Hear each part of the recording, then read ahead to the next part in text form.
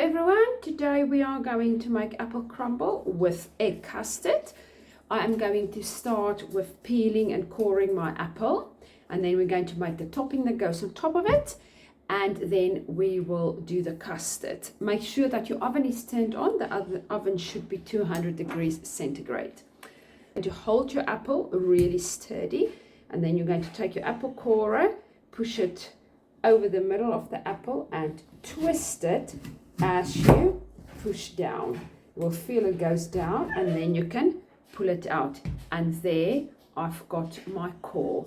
If you're going to push it forward, then it will come out. Be careful not to cut your fingers. Now it is ready to be peeled.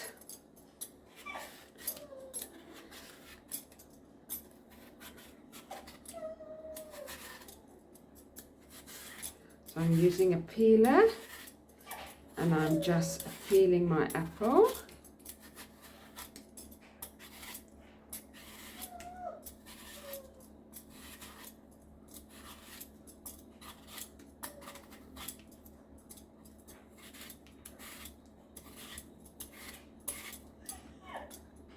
Okay, there is a little bit of peel stuck in the middle still, but we can cut it off when we cut our apple into wedges. Okay, so I'm going to use the sharp knife. I'm going to use the bridge method, and I'm going to cut it in half.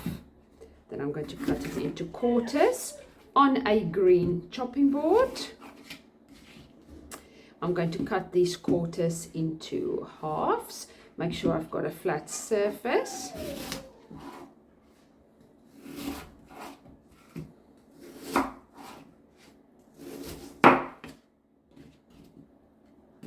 There's a little bit of skin left over there. Cut that off very carefully with my knife. That's all right.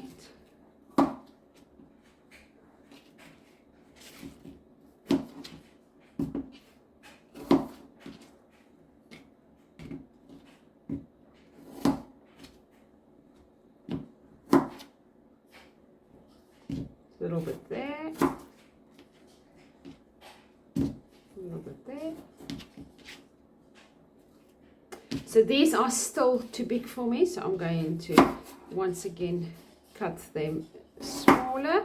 You want your apple bits to be sort of the same size. You can cut them into little cubes, but I quite like my apples to be a little bit bigger pieces. Otherwise, when you put it in the oven, it will become really soft and sometimes disintegrate completely. I'm going to put my apples into an oven-proof dish. This is sort of the size that we want. We are making single portions because that is more time efficient, and it also will teach you a portion control. So there my apples are done. I'm going to put my chopping board and knife away. You are going to take your raisins or sultanas, put that on top, and then also the cinnamon.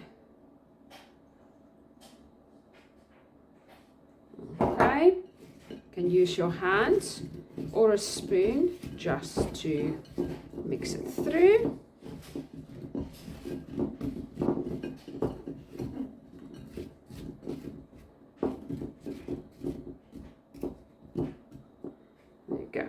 Okay, now we are ready to make our topping. I'm going to use a mixing bowl. I'm going to put my flour in there. Then I'm going to put my butter in, which is in little cubes. And I'm going to use the rubbing in technique to rub it in. Now, you want to really rub the butter in between your fingers. You do not want to use the palms of your hands, because that will melt the butter too quickly, and then you'll end up with a dough and not a crumbly mixture.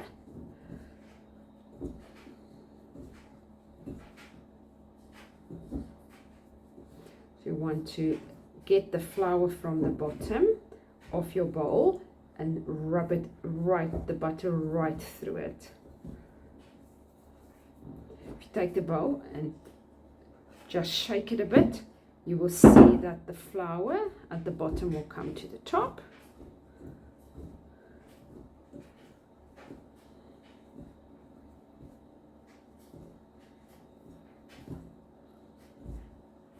So what we are doing is we are coating our flour with the butter. It's going to give us a crumbly mixture.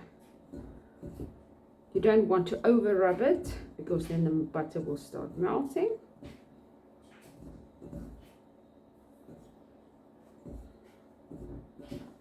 We're almost there. Still got a few bits of butter in here.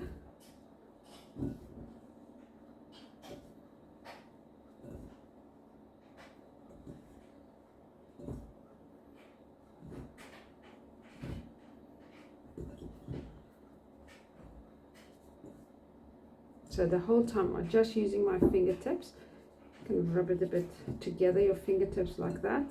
Also work, as long as you don't do this action and squashing it. It is rubbing, always rubbing, and not that squashing. You don't want to do that. You want to rub.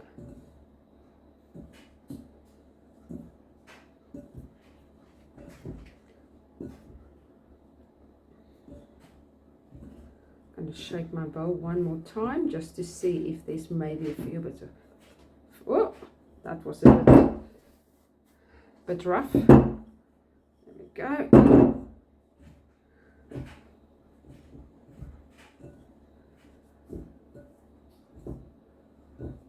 I'm happy with that. Fine breadcrumbs. I am now going to add the sugar.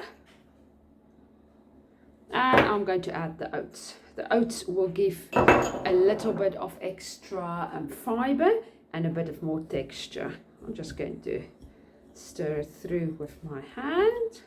And then I'm going to put this, place it on top of my apples, and it's then going to go straight into the oven for about 20 minutes. My apples, and I am just going to lightly place it on top. Do not squash it down or flatten it. You just want to sprinkle it on top.